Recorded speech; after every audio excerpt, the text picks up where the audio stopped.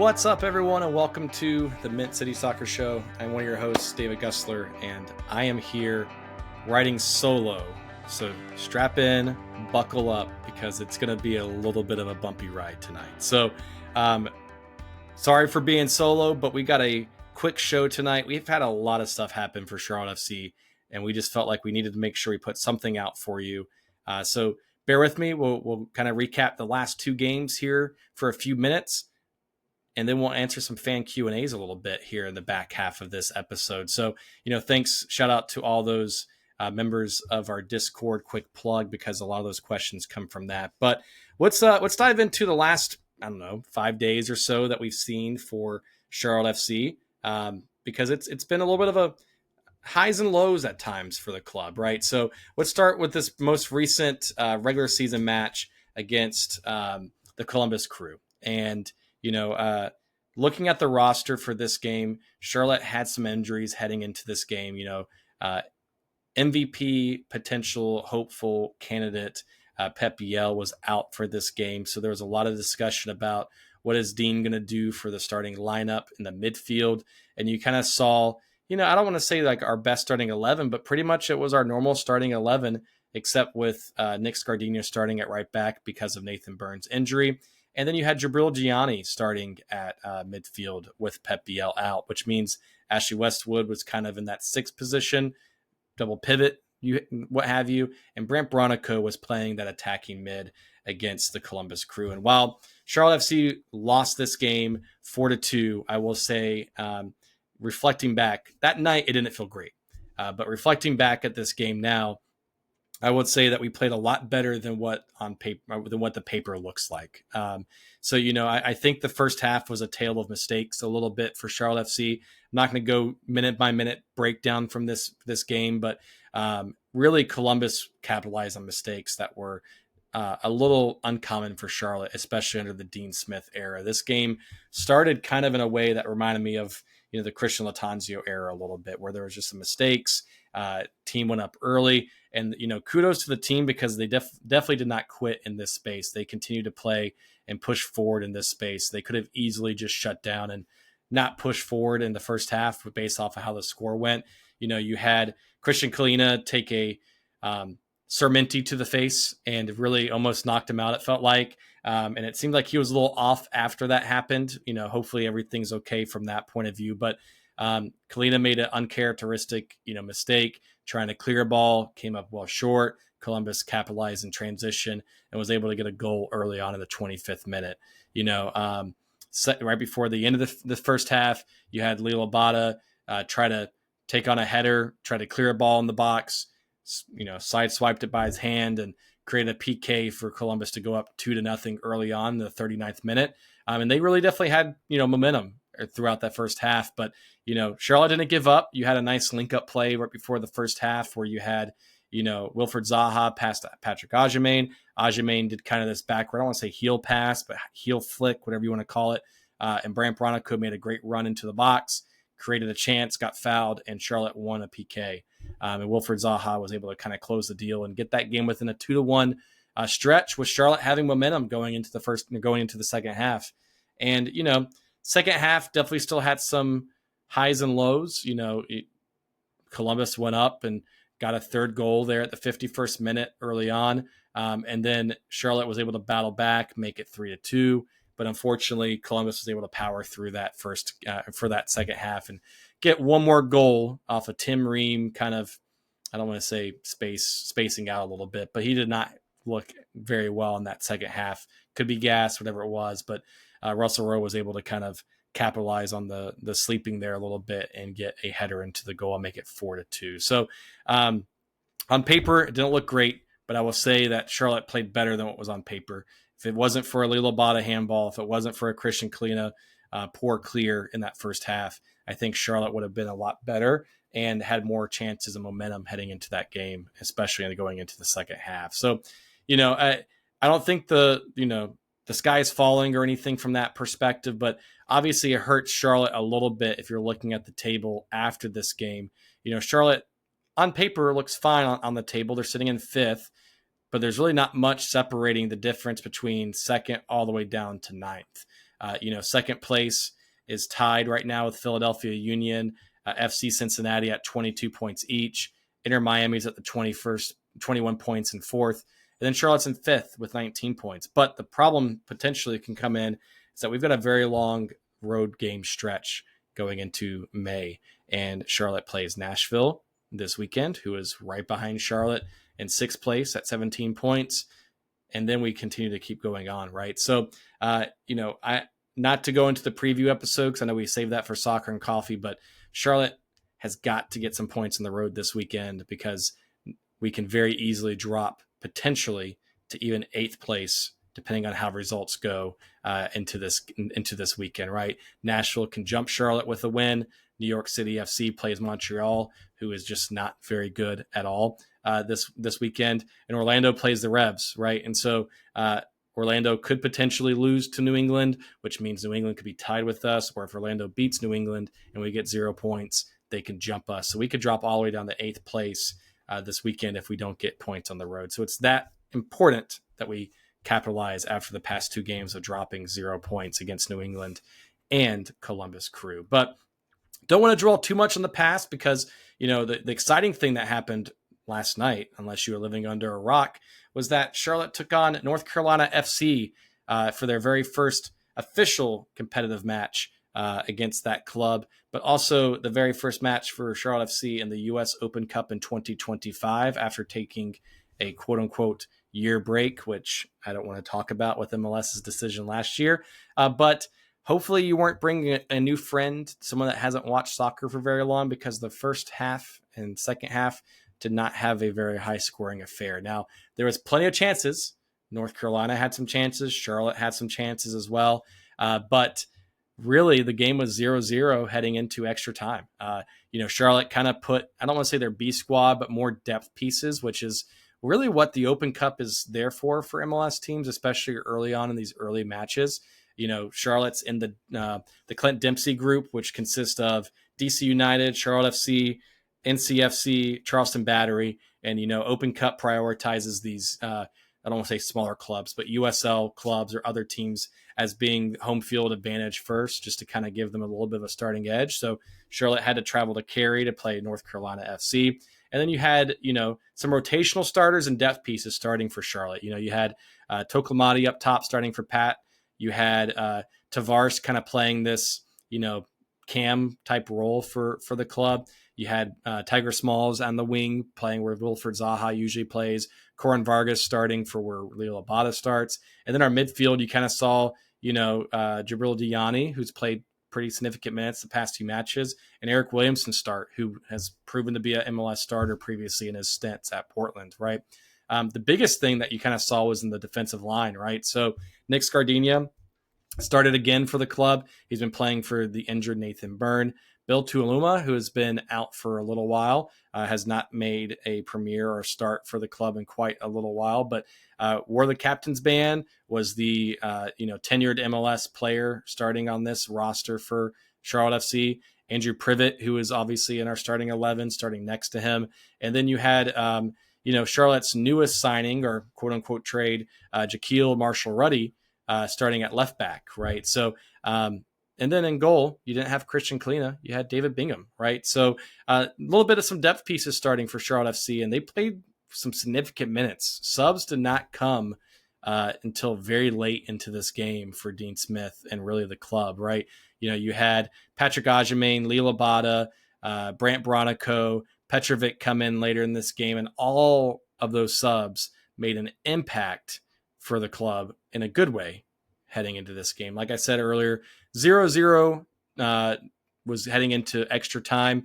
But the funny thing was he had 90 minutes of like no goals, quote unquote. But then in the last 20 minutes or so, he had 5 goals. So it's pretty action packed 2 extended periods there for the team. Charlotte FC obviously went up early with Lila Bottas' goal at the 97th minute. The scary thing was North Carolina came back and equalized it within 60 seconds of that game. But, Patrick Agyemang came in, made an impact, scored at the 104th minute. Petrovic scored at the 119th, and Vargas sealed the deal at the 120th minute, well, technically 123rd minute based off a stoppage. So, I've really enjoyed these kind of matches for the Open Cup. I know there's a lot of, I don't say hoopla around the Open Cup in previous years, especially as MLS has introduced the Lease Cup platform. But it's been a fun little piece here for Charlotte. And selfishly, I was hoping that DC United lost to the Charleston Battery as they played last night as well. But unfortunately for me, DC United won because I was hoping selfishly to go to the game in Charleston. But Charlotte FC will now take on DC United in the Open Cup in the next stage, and that will be in DC in the later half of May. So I believe they forecasted it to be, I think, the week before Memorial Day weekend, midweek game, just like they did this one for US Open Cup. So it'll be an interesting matchup as we go into that. I know one of the fan questions coming in later is about rosters and what would you prioritize, but I hope Charlotte continues to put some starters in. Hope we get some good minutes, hopefully not detrimental to the rest of the season, but I really hope that we take this serious and continue to move forward, because it'll be a great win if Charlotte can move forward in the US Open Cup. But let's take a quick commercial break just for a second from a word of our sponsor, and then we'll get into the fan Q&A.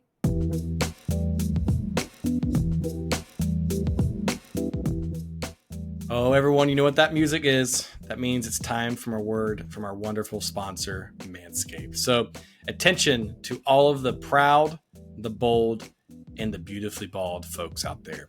It is time to elevate your grooming game with the Manscaped Dome Shaver Plus. It's designed for precision, comfort, and a flawless finish. This shaver is the ultimate tool for keeping your dome as smooth as your best pickup lines. So whether you're maintaining a sleek style or embracing the shine with confidence, the Dome Shaver Plus has you covered. So join the over 12 million men worldwide who trust Manscaped and use our wonderful code CORNDOG for a 15% off your entire order at manscaped.com. So the Dome Shaver Plus, it's an electric shaver that adapts to your head. It contours for a smooth, hassle-free shave. It has 4 stainless steel, skin-safe rotary blades to reduce nicks and cuts to deliver a perfectly bald look without uneven hair patches. And let me tell you, fellas, that is really important for us bald folks out there. You do not want to go out there with a missed patch on your head. With the Flex Adjust technology, every blade stays perfectly close to your scalp for a precise finish, and the powerful 8,000 RPM motor delivers effortlessly shaving performance with less strokes and less irritation. The long-lasting rechargeable battery has 60 minutes of runtime, but hey, if you're bald and you keep up with it, that will last you a very long time. When a charge is needed, you can save time with just a 10-minute quick charge option, which comes in clutch, because if you forget to shave before heading out to work, quick charge and you're ready to go. So because the Dome Shaver Plus is waterproof, you can enjoy it either wet or dry operation as well.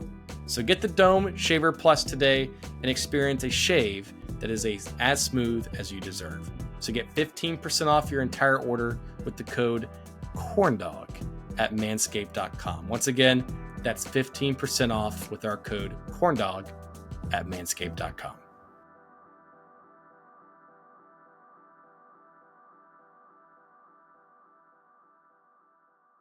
All right, welcome back, everyone. We got some good fan Q&A here. I figured I'd take the time to answer a few. I'm also going to save a few for Soccer and Coffee this weekend, so make sure you tune in to Soccer and Coffee. Quick plug for our Patreon page. It's patreon.com/Mint City Soccer Show. Join the Corn Dog Stand. It's $3 a month. You'll get access to our exclusive Discord. We host Soccer and Coffee there. We ask fan Q&As there, and we chat all things soccer and, of course, all things Corn Dog. So make sure you check it out. Go to our Patreon page to submit some questions there. But the first question I love, and I have to just shout out Chris here because this is a great question, but Chris asked, and he makes a comment here too, Wilfred Nancy is an astute manager. He saw how it affected us when New England packed the midfield with 5 to disrupt our flow into the final third. He did something similar to the great effect against our depleted squad. Is it fair to anticipate this approach to defense by our opponents as this long month continues on the road? So, Chris, I think that's a great call out. And, maybe kind of reflect back before I recorded this episode. We struggled a little bit with Miami as they went down a man and kind of packed the midfield a little bit. We struggled a little bit at times to kind of create against New England last week, who plays like a 3-5-2, whatever you want to call it, kind of shift. And then this game here, you had Columbus Crew, who also plays a 3-back set and kind of plays a little bit more aggressive in the middle, right? So while do I think it's the secret sauce to beat Charlotte FC? I don't, because here's the thing, like I said earlier in the show, I think Columbus Crew on paper, that game looks really bad, but I think we played a lot better than what the stat sheet says. So we had some chances, we had some opportunities. It wasn't like we just got ran off the field. We just had some unlucky breaks early on. And that's with a cluster midfield that Columbus plays in that situation. Now, what Columbus does do really well compared to like a New England, they do play on the wings really, really well. New England, funnels everything through heel, right? And we don't have that ability to do that against Columbus, right? So while Columbus likes to play on the wings, we were able to still make some impact there in the midfield, and that's even without Pep Biel, right? So do I expect other teams to try that against us? Sure, because it does seem like it does affect us a little bit, but I don't think it's the secret sauce. I think we have the talent, we have the ability on this roster to be able to beat any team in this league, and it shows, and we've been able to do that potentially as well. So great question, Chris. This next one comes from Keith, and he says, only 80 days with a smiley face emoji until the transfer window opens up. At this point, is our greatest need a backup 10, a proven striker, a better winger, or something else overall? He says, I think our depth is the best we've had, but I don't think we are prepared for a prolonged absence of a few people. So, I do agree with you, Keith. I think, any team that has their star DPs or star players like a Pep Biel, or, if, Zaha goes out for an extended period of time, any team's going to struggle when their star players go out. But, looking at our roster, I think we have some really solid depth pieces. We have some solid players being able to play multiple positions. Like, Brandt's able to play a 6, an 8, or a 10. You had Pep Biel, who's able to play a 10, or could even play a wing position. Ironically, Patrick Agyemang in that second half of Columbus was kind of playing a false 9 or, a 10 position with Tokomati up top with him at times. So, I think we have the depth and the ability to do that. If I am going to bring on anybody on this team, it might be some depth either at, right back or center back as we start to see some of these injuries pop up for the club. Could we bring in another striker or another midfielder? Sure. I think, that's on the table, but I don't think it's anything where it's a priority. I think we just bring in some quality players. So then that way, as you do sub and bring in depth pieces, the drop off isn't as steep at different times. Right. And, this transfer window, it seems like it's a far away, but we're in May now, and 2.5, 3 months from now, Pep Biel's loan technically ends. So hopefully we're able to solidify him long-term with the club and not have to worry about him being on loan. So that could be the quote unquote big splash of a signing heading into the summer window. So, but great question, Keith. I know Swift might share some different thoughts on that as Soccer and Coffee as we come into this space. So, Eric Hill asked, if you're able to put a live mic on any Charlotte FC player for an entire match, including an auto translation feature where needed, who would it be and why? So I appreciate the auto translate feature, because with Spanish or French or whatever out there, I would struggle mightily from that. But my go-to, I really want to hear what Ashley Westwood has to say for an entire match. I know he tends to chirp. He likes to talk to the refs. He talks to their team players, talks to our players. I'd love to hear what he says for 90 minutes straight during a match. Just personally, I love midfielders, and I love being able to hear what they do and what he says all the time. So I think that'll be my number one option. My number two would be Brandt Bronico.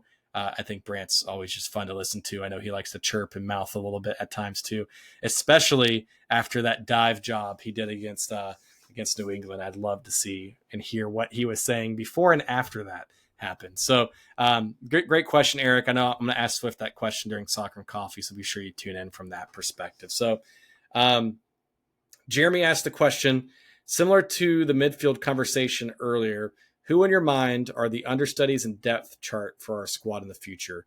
He says, like, who can replace Pep, assuming we lock that up soon, hopefully. Who replaces Bronico, who replaces Westy? We have a ton of depth. Some of them can play multiple roles, but it's hard to know who replaces who for the future, either due to injury, retirement, etc.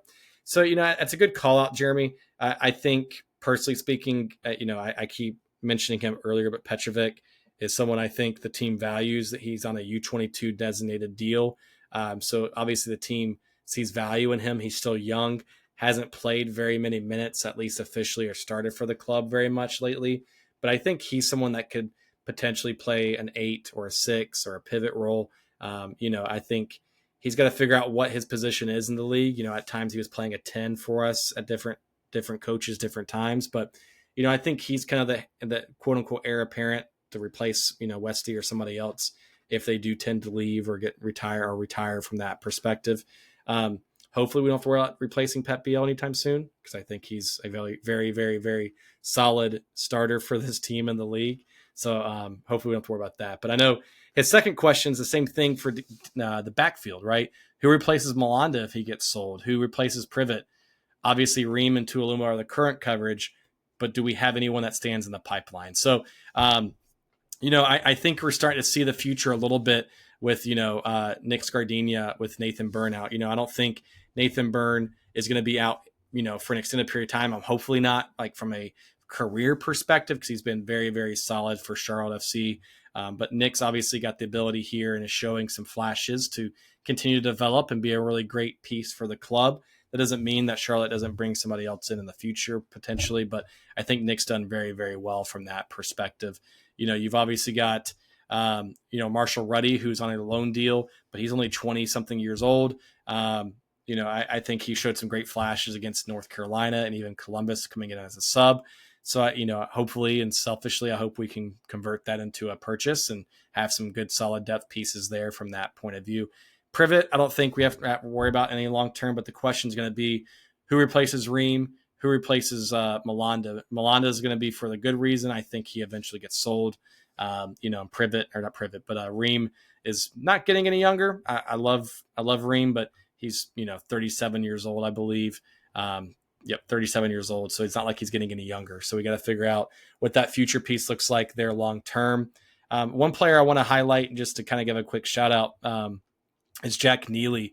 He made his Charlotte FC debut last night for the Crown as they took on NCFC. But he's somebody that, shows the pipeline that we are starting to be able to see now that we've been in the league for 4+ years, right? He started with the academy, worked his way up to the U17 squad, then went to Crown Legacy, where he's been the captain of Crown Legacy this season. And then last night come in and subbed and played center back for Charlotte last night against North Carolina FC. And that's the perfect example. Like, who knows? Like, we could have some more depth pieces and younger pieces coming up through the ranks and could be some depth pieces long term. We don't know, right? I mean, we started this club from scratch and didn't even have an academy to really pick from early on. And we're just now getting to the point where some of these academy players can now go to Legacy, and some of these Legacy players are developing to go to Charlotte FC. So, I think that's the fun part. And we might see even some people we don't really know about, 2 or 3 years down the road as these players get older, right? So great question, Jeremy. And I know you asked a question about the World Cup matches. So we'll talk about that in Soccer and Coffee. But I have to ask this last question here. Matt Teagang asks, how should we prioritize the Open Cup this season, in your opinion? So I know I put this in our Discord just to put it out there, but I really selfishly hope Charlotte FC prioritizes the Open Cup this year. We were not playing it last year because of MLS shenanigans and quote unquote, schedule congestion, which we have schedule congestion this year anyways, but whatever. So I hope Charlotte prioritizes it. I think we have an opportunity to obviously make some noise and make a run in Open Cup. We have the skill, we have the players to do so. The hard part's going to be the balancing part, right? May and June, we've got, I think, 10 out of 12 games on the road. That's not including the Open Cup match that we're now going to have against DC United in DC at the end of May. So it's going to be a rough stretch over the next 6 to 8 weeks. And, you don't want to sacrifice players' fitness, injuries, and be detrimental to your regular season, but you also want to make some noise in the Open Cup. So I would prioritize Open Cup if we could. I definitely would do that over Leagues Cup. I could care less about Leagues Cup. It is what it is. But, to me, Open Cup's a little bit more prideful, a little bit more meaningful for clubs to win, just because it's like our FA Cup, right? You have teams from all over the United States playing in this thing. I know the prize money isn't there compared to what Leagues Cup has just because of sponsor dollars and MLS and et cetera. But Open Cup means a lot more to a lot more people. And I think that would be super special if we could win the Open Cup and then continue to make a run for the Supporters Shield, or even make a deep playoff run or MLS Cup as well. That would be my priority this year. So I know this is a quick episode. I know this is really short, so I appreciate everyone tuning in, sticking with me on this wild and bumpy ride. Make sure you check out our Patreon page, join our Discord for Soccer and Coffee this weekend as Charlotte FC takes on Nashville. It is Mother's Day, so quick reminder for all of those out there. Make sure you recognize your special someone out there. But that is this weekend as Charlotte travels to Nashville. I know Nashville will be eager to get some points back after they dropped it against us on the road last time. So, but we'll talk more about that on Soccer and Coffee on Saturday. But thanks again, everyone, for listening, and we'll talk to you soon.